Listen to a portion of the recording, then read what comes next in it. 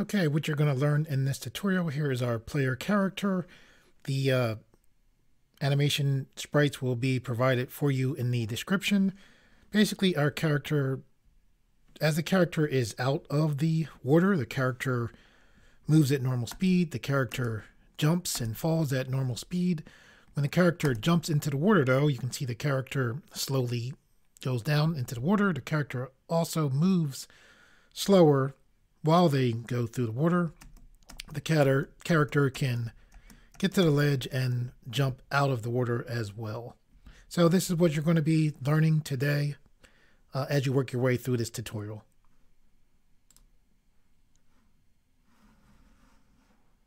So now we'll scroll up and we see these four dots right here. And this lets us drag out a new hitbox. So what you want to do is drag these dots down so that they're covering your character. You want to make it so that they are above this line right here. See that point right there? I'm going to actually make that slightly higher. So that's about where you want this to be on. And basically what's going to happen is this will make it look like the character is actually standing on the ground. So with that, with those two dots moved, we're going to take these, pull these up,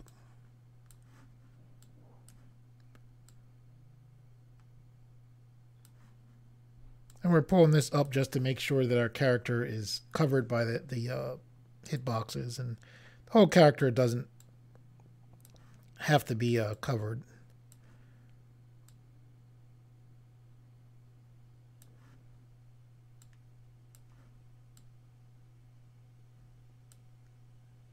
Okay, so with that done, we'll scroll down, we'll click close, then we'll click apply.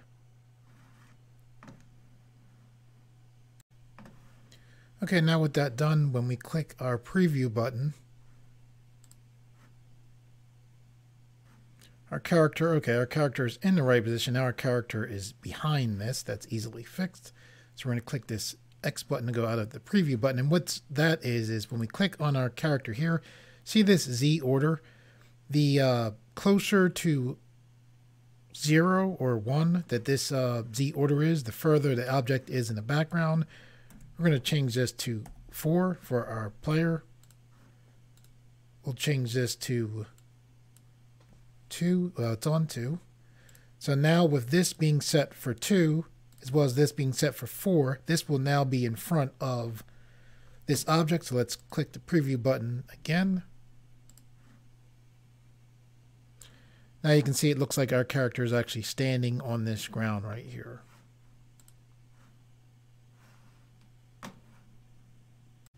Okay, we're going to set up now for the player to be animated now, because if I click the preview button now, while the character is standing correctly, the character doesn't turn. The character moves, but the character animation doesn't respond. The only animation we see is this idle animation. So we'll go through this fairly quickly.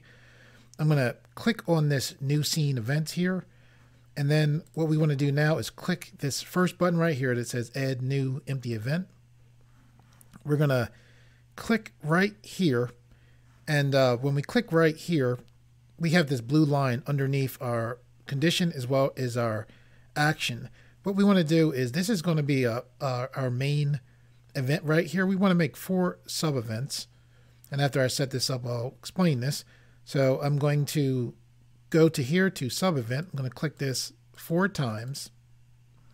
Now with this still clicked on, which is our first empty event, I'm going to click this add a new empty event. So now we have this set up. We have all of these empty conditions, actions, sub events, basically what we need to set up at least a movement to our character. And we'll go through this and then we'll get to the main part of this tutorial, which is in dealing with the water.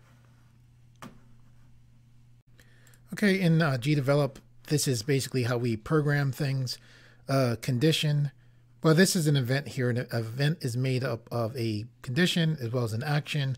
A condition basically says when something happens, and then the action says what to do when that something happens. So what we want to do is go to this first condition.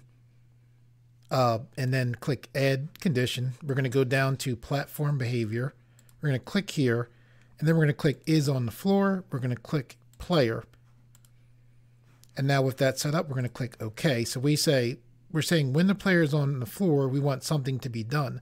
The reason why we have these things right here, these sub events, is because the sub events are dependent on the main event. And basically what that means is these conditions here, these sub events with these conditions, know that the player is on the floor. Okay, so what we want to do here is go to add condition. We're going to go down to platform behavior, and then we're going to click is moving. We're going to select player. Since the player is the thing that's moving, we're going to click OK. Now what we want to do is, the reason why we're doing all this is we're setting up the animation for our player to move. So we're saying when the player is on the floor as well as moving, we want Gdevelop to do something. So we're going to click add action, and what we want it to do is to have the player walk. So we're going to go to sprite, animations and images, and then change the animation by name. We're going to select player as the object that we're working with.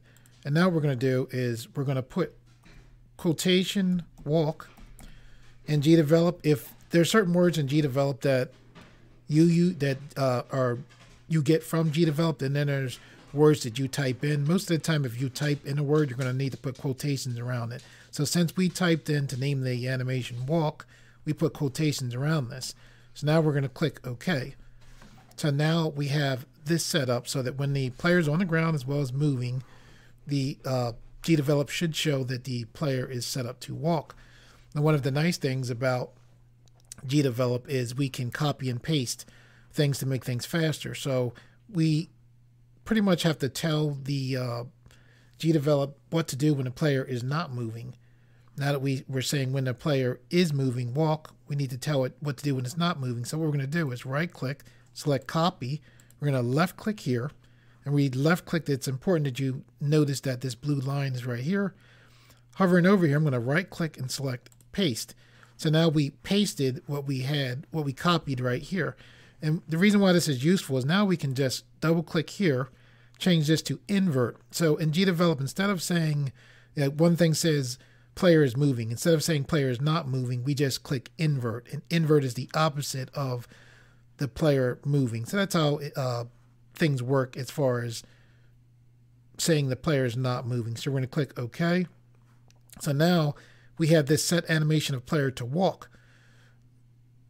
This is useful because now all we have to do is come in here to where we see walk and change this to idle. Now, if you're saying like, where am I getting this from? When we have the player here, if I double click here, remember we came in here and we named this first animation idle. We typed this in, and then we typed in walk. We also typed in jump. So that's where I'm getting these things from. So Gdevelop, when I'm typing the names in, it's looking to the animations that are associated with the different names that we put up here. So I'm going to click back on here. So I want to change this to the idle animation. Now I can double click to go inside here. However, I can click here and just type in idle. So now we have this set up for the walk. Now we need things set up for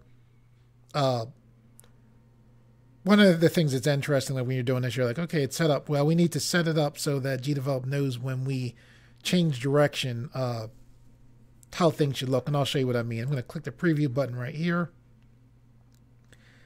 And then we can see our character is walking correctly there. And when we let go, I'm pressing the arrow keys, by the way, our character is walking forward. But when I push this way, our character doesn't change directions.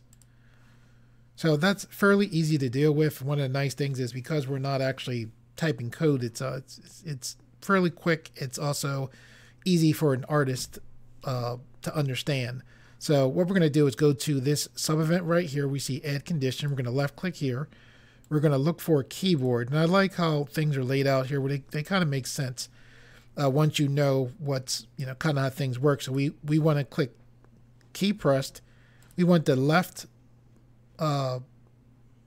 key, as in left arrow key. So what we're going to do is type in LEFT.